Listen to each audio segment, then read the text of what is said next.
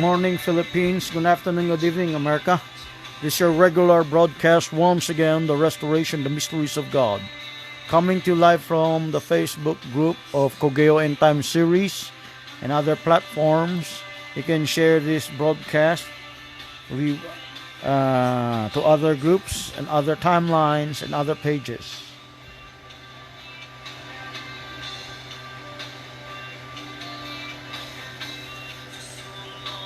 We will be talking about the life story of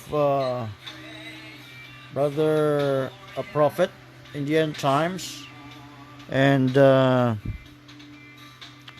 please share this to many end time message groups while it is live.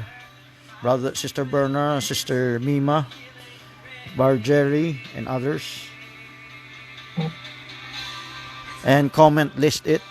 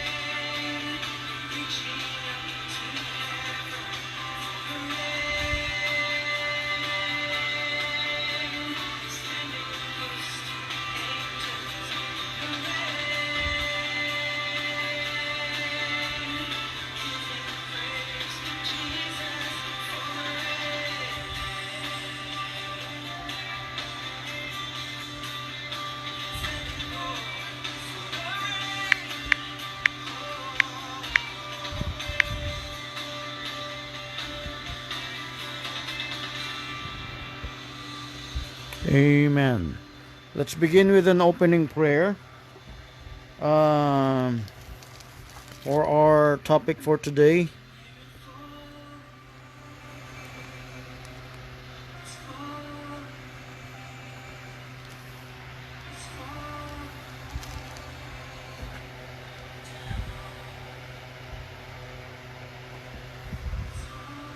Lord, good morning to you and here in the Philippines. Good afternoon, good evening there in America. Lord, we thank you for this day that we could come together to feast upon thy word and bless your message today.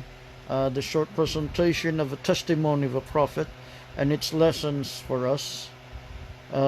Give us a anointing of the prophet's reward, as thou hast blessed and called upon a man of God in the last days. Please call us also by your glory. Anoint us also as we received your ministers sent to us.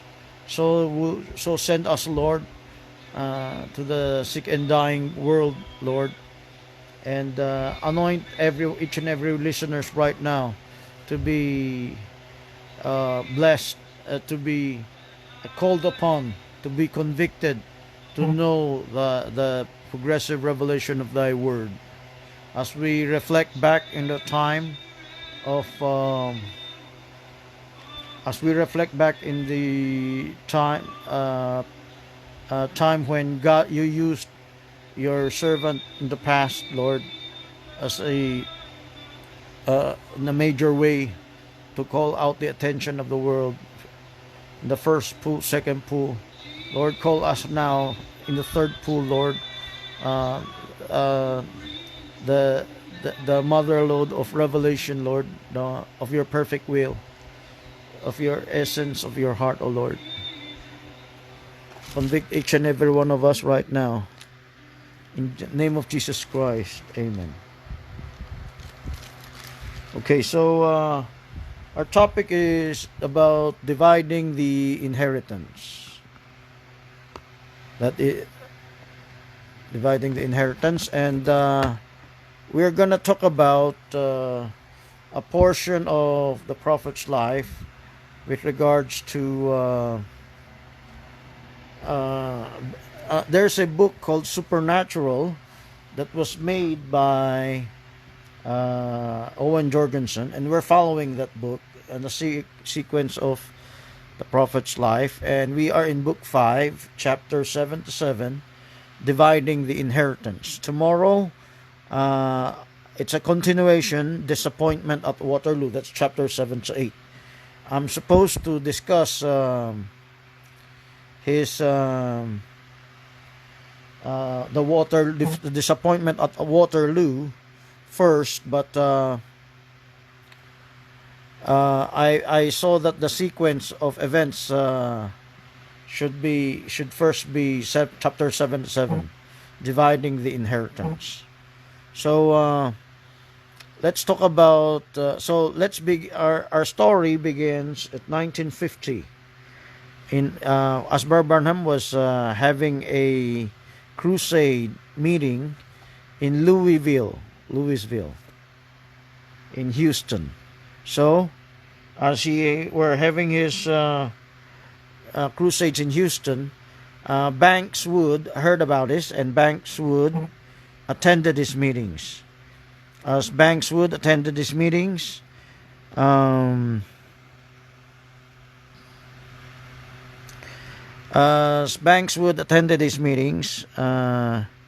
he was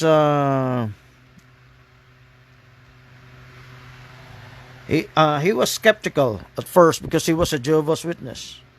He was skeptical about the gift of healing, because as a Jehovah's Witness, Banks would do not believe all these things. For them, like the other Protestants, Baptists, mainstream churches during that time, 1950s, Pentecostal revival was just reaching their apex. It started in 1900s, and it just started in several decades. It just started to spread. Brother Branham caught that bandwagon, and the angel gave him a commission for it. This is South Africa, where he had these meetings of these great healings. Major denominations sponsored him because they were starting to open up to this gift, divine healing. They wanted him for the gift, not for the message. So that's the first pool of God's ministry.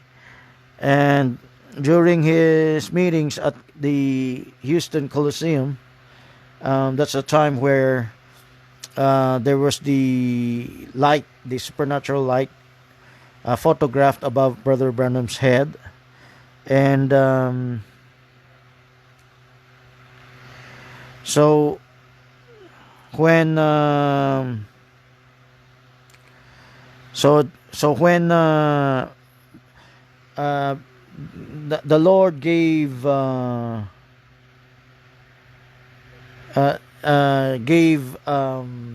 Banks Wood gave the prophet a vision about Banks Wood, a word of knowledge. the word of knowledge, saying that there's a man there who, since they have not yet met personally, they have not yet been converted yet. They're just skeptical. So when Brother Branham gave this word of knowledge, he had a prayer line. Each one has a prayer card.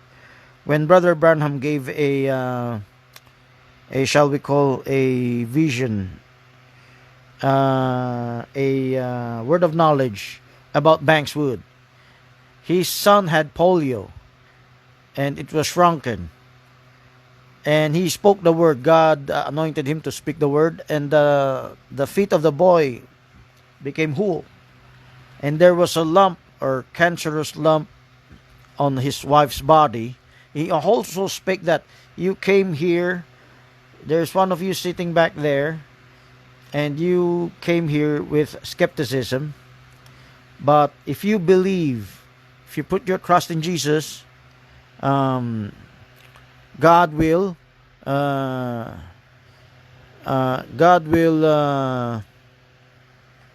bless your wife and child, and they will be healed right now. And true enough, there was healing that happened. So Banks Wood was converted because of that healing. Then he followed Brother Branham. He bought a house near Brother Branham in Indiana.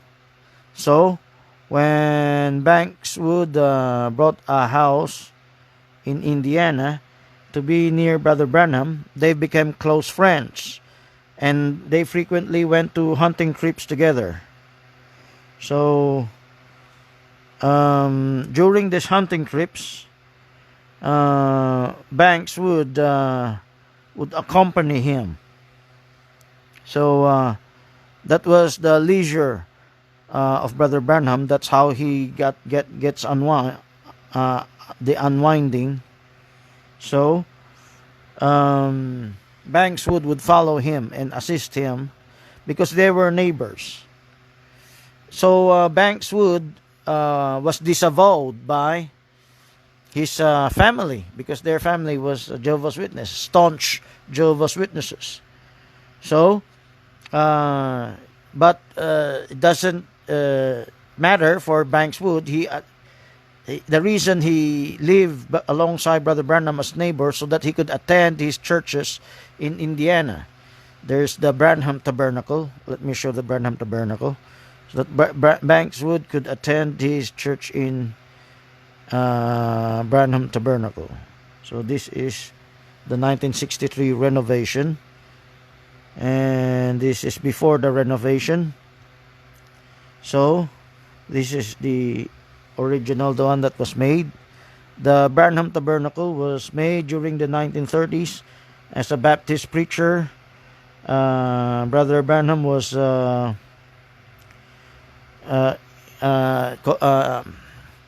had several converts from his preachings. So when he built the tabernacle, that's the time they was building it in 1933. That's where he started the chapel of the Branham Tabernacle. So that was the original group. Now, and Banks Wood attended that church regularly.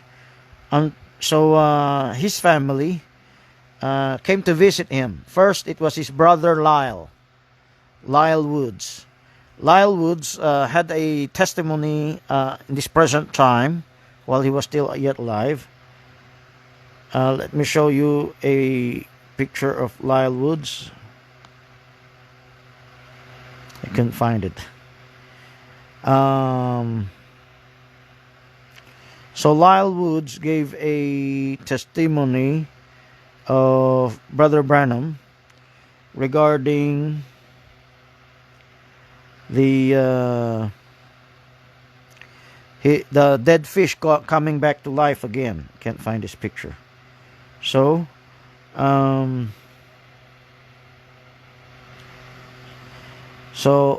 Lyle Woods was a skeptic at first. He was a Jehovah's Witness, and being a skeptic, he came to convince his brother Banks Wood to wake up. Oh, this is the picture of Lyle Woods, but he's old right now. This is Lyle Woods. I didn't have a picture of his when in his younger days. He gave a testimony how he was converted during his um, felt time together with the prophet. So he visited his brother Banks, and he told his brother Banks that you're just he was just a smooth talker. You were just smooth talked into believing him. So since Brother Branham was just a neighbor, they saw him in the courtyard, mowing the lawn. He called them over, and he introduced the prophet to Lyle Woods, and they went into the house, had some drinks, coffee, and they talked to each other. So you're that person who converted my brother. And Brother Branham explained, had a vision. God gave Brother Branham a vision about him. Your wife is blonde and like this and like that. And Lyle Woods had a smirk in his face. Brother Branham said, I know you do not believe me, but Banks Wood didn't tell me about it. And Brother Branham gave a word of knowledge.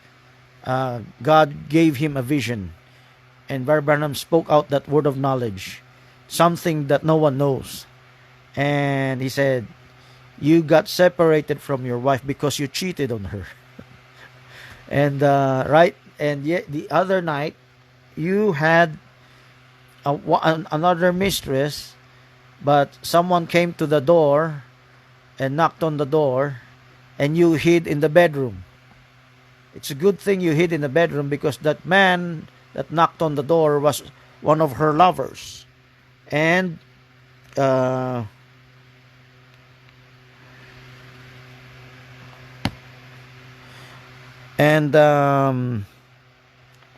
one of her lovers would have killed him if he was ever seen. If he wanted to open the door, but the woman prevented him from opening the door.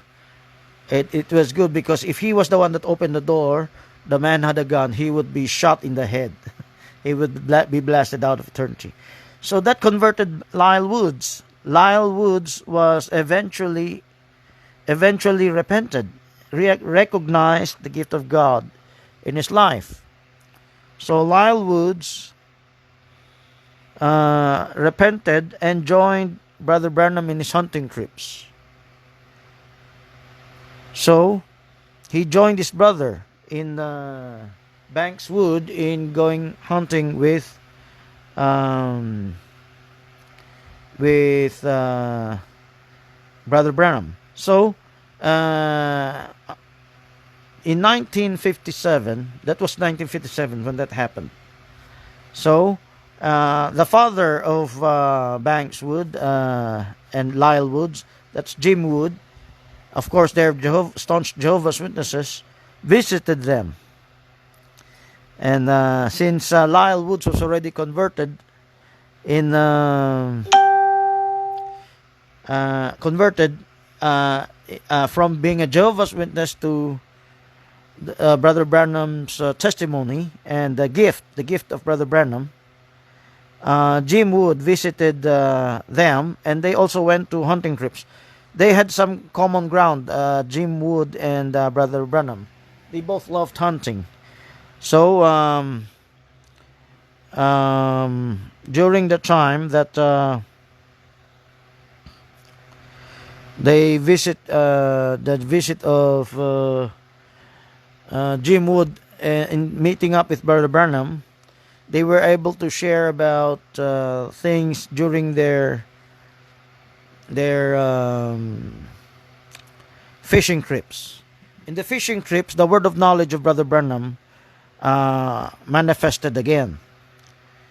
And Brother Branham prophesied for that time period how many fish they will catch, how many fish they will catch, and if ever they will ever, if someone will have no catch at all. He correctly discerned and prophesied that. And what happened was, uh, eventually Jim Wood recognized that he had a gift. And Jim Wood even said that, well, it's not there's nothing wrong if for a fisherman that knows how many fish he can catch in advance. So that's the. But Brother Branham told him, it's not. It's not the gift that God does not always tell him. It just so happened that God wanted him to see the gift manifestation, that God is supernatural and God can do those things. In one of their fishing trips, um, in one of their fishing trips, um, they Lyle Woods used a bigger hook than Brother Branham because he was not good at fishing. So there's the bluegill, a smaller fish, which bit the larger hook, hook number 12 of Lyle Woods. Brother Branham, being a much more expert fisherman, used a smaller hook, hook number 5, and the bluegill salmon, bluegill fish, when he snapped up the hook of Lyle, it went directly into its stomach. And when Lyle tried to pull the hook out of the fish, even the fish's entrails came out with him. And fish's entrails alongside with the its intestine and its gills. And let me draw that for the moment. The fish, I tackled this the other day. The dead fish that came alive again. Just let me draw a fish here. So the fish entrails came out because of the hook, the giant hook that Lyle used. And Lyle admitted he's not a fisherman. He's not expert on that. He's just a beginner. So he threw that fish away, that bluegill fish. As he threw that fish away, God had a vision to Brother Branham as he was sharing the gospel to Lyle Woods. He said, God is the author of resurrection. He can speak the word and bring us to life. And he spoke the word, and the fish came back to life. The entrails suddenly went back in, and the fish sprang back to life and joined the other schools of fish. So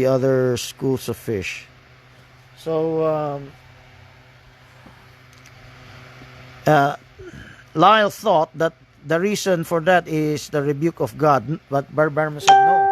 God was just wanting to show Lyle the power of God's resurrection. Even the smallest things, God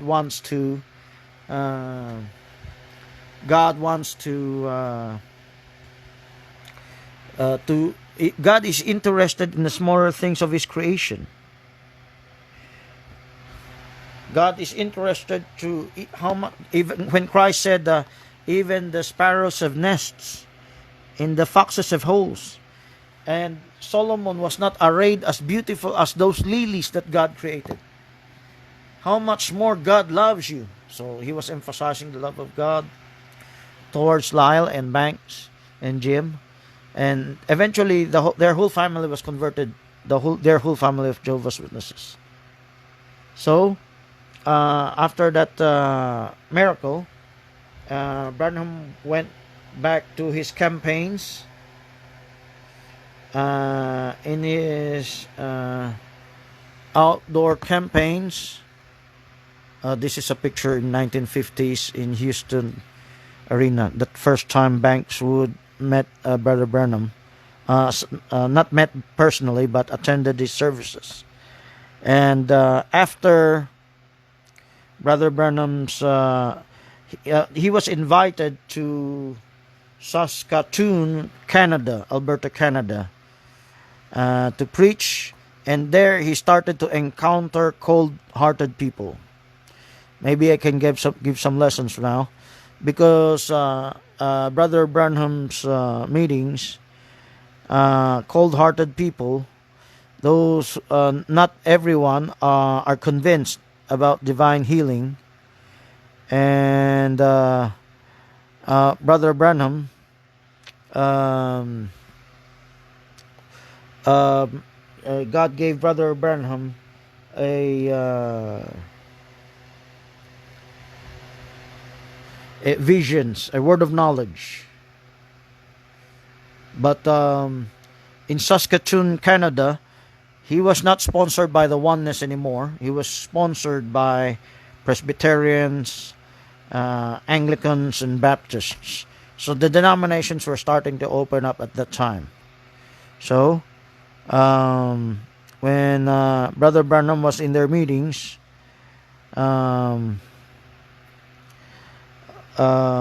he noticed that his word of knowledge was still functioning, but there are people that are starting to waver. It's not like before when he was in Africa. Everyone had this faith. This is the time he was in Switzerland, in other parts. In earlier years of Branham campaigns, everyone was on fire.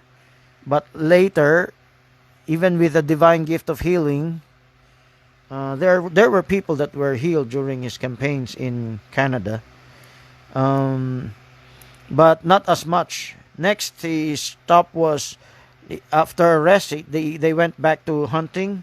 That's the time he talked. The dead fish happened, and God explained the 3 pools to Brother Branham. After he went to Canada, he went to Edmonton, Alberta, and the people were more starchy in listening to his message. And Brother Branham convicted them.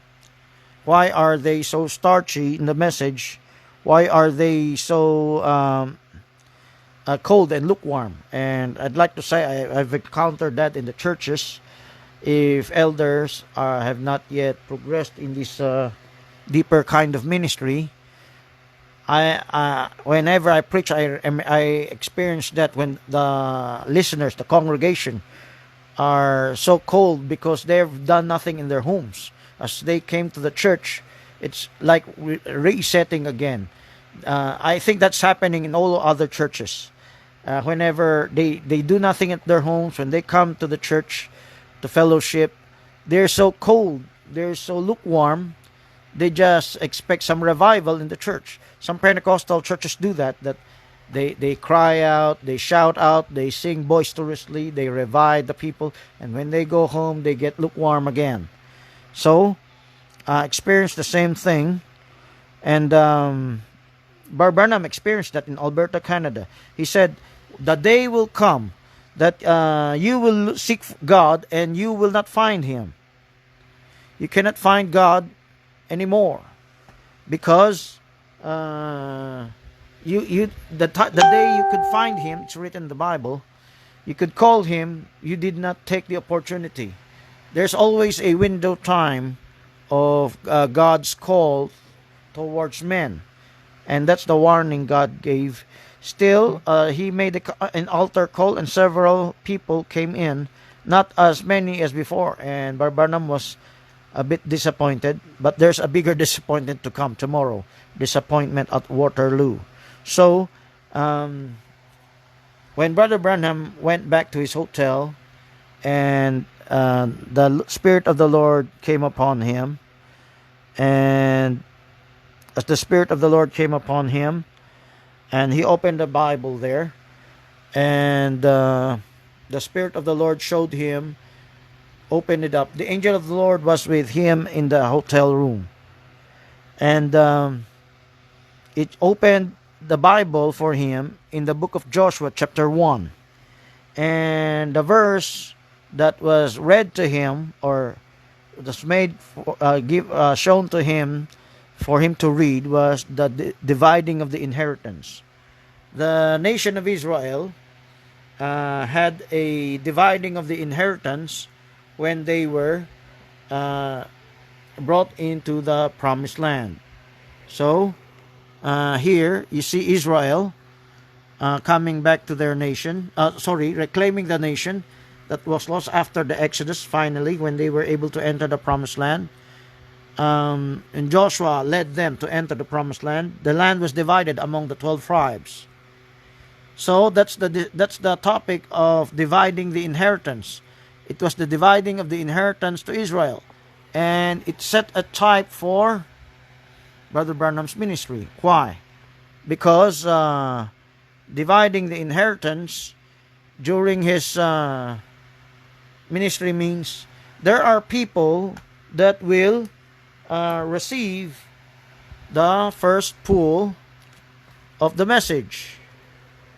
The first pool is about divine healing. This is how God divides inheritance. Some people are just interested in divine healing. After that, they got what they want from God. That's over. They will not follow Him anymore. Just as Christ, during the time when He healed the lepers, many did not return, but 2 returned to give Him thanks. There's the second pool, which the Pentecostals have followed, which is the word of knowledge. The word of knowledge, God will show you the secrets of the hearts of men. It manifested in Brother Branham, and it manifested even today. Pentecostals use that to pull, the second pool, for the people to come together. When people are come together, what will they do? Of course, it's just a Nicolaitanism starting a mega church. But the purpose of God is for them to come to the Word. That's the third pool. The third pool is what the angel explained to Brother Branham, the trophy fish. Back when Brother Branham was wondering if God had forsaken him because few people are responding to his call for revival, the angel explained to him, because there are 3 pools. Because some people would want the inheritance from God as temporary physical healing. They're contented with that. Some will get enamored with supernatural gifts of word of knowledge, knowing the secrets of the hearts of men. But a few would want the inheritance of the word of God. The trophy fish. Let me give some background of the first pool, second pool. Back when Bankswood and Lyle Woods was fishing, and the fish got caught in its entrails, there's a 3-step way. They use the fishes that they caught as bait also. They use a smaller fish to bait the bigger fish. So there's a first pool of the small fish. Let me draw it here. There's a small bait for the smaller fish. And there's the bigger fish.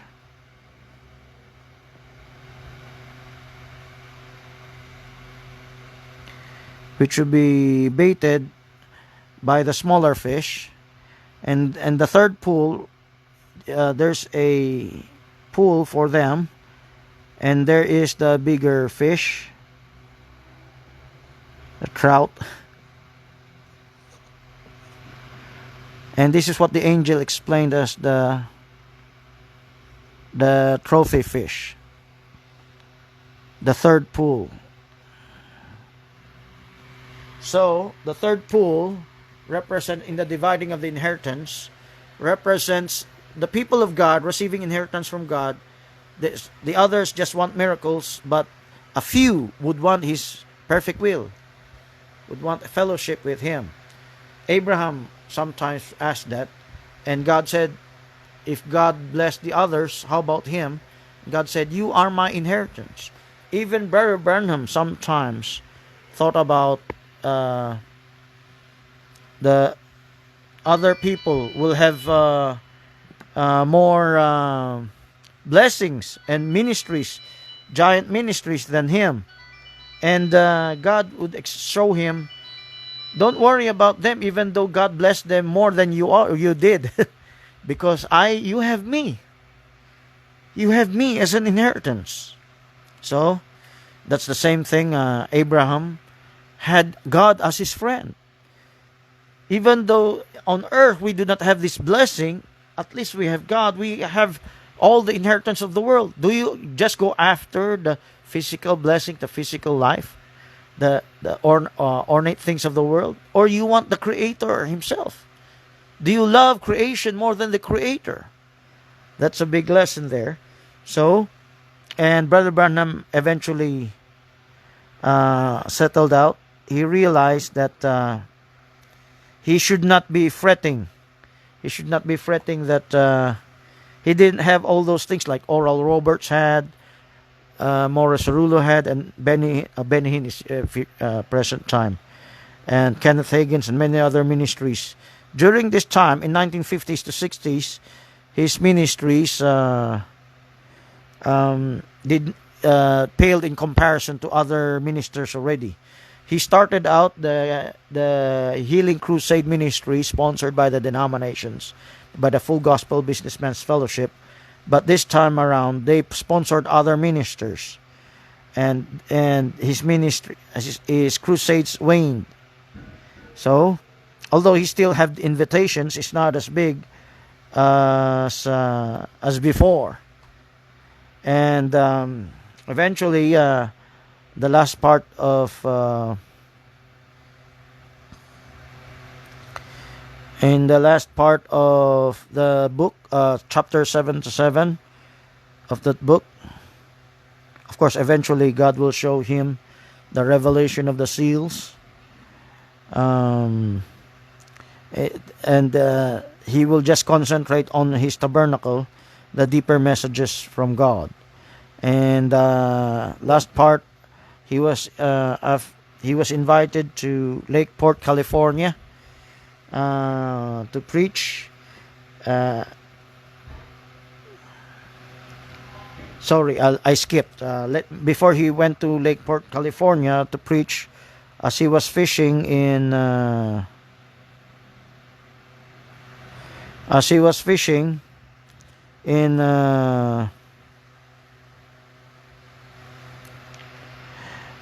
after his campaigns in Canada, as he was fishing in Idaho, there was a news from a plane that his brother Howard had died. So after that, he went to a campaign. He was invited to a campaign in Lakeport, California. And during this time, the angel of the Lord manifested as he was being photographed. This was seen in the photograph. Very similar in Houston Coliseum when the supernatural light appeared. Here, the angel of the Lord was seen like 6 feet standing beside him. Several streaks of light coming off. And even the plant had a manifestation in the photograph as he was preaching, and he was discerning the sickness of some person there. So, this is the end of that part of Book 5 of Supernatural book by Owen Jorgensen. This is a cover of the book.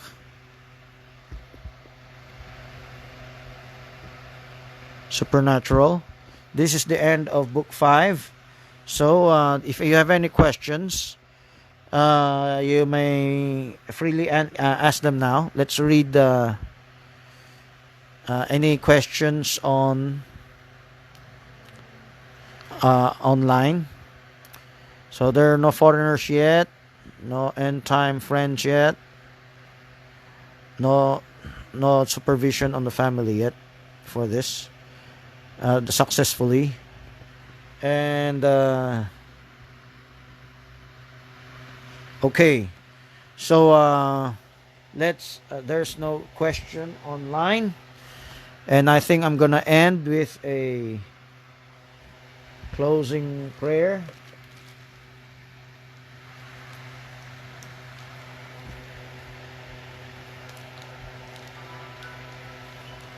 Lord, thank you for this short period of time that we could present a testimony of the prophet's life and get some lessons in our spiritual life also.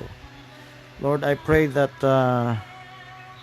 you will anoint us and give us conviction and know about the life of the past, not just our prophet, but all ministers you sent before us, that we may learn from their lives, from Luther, Calvin, Wesley, and many other Dark Ages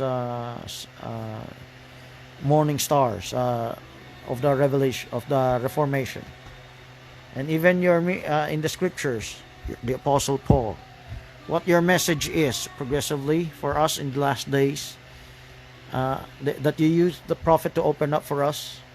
Please guide us and anoint us.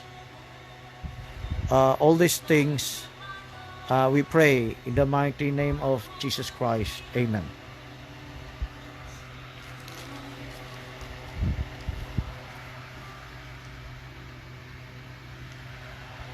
Okay, so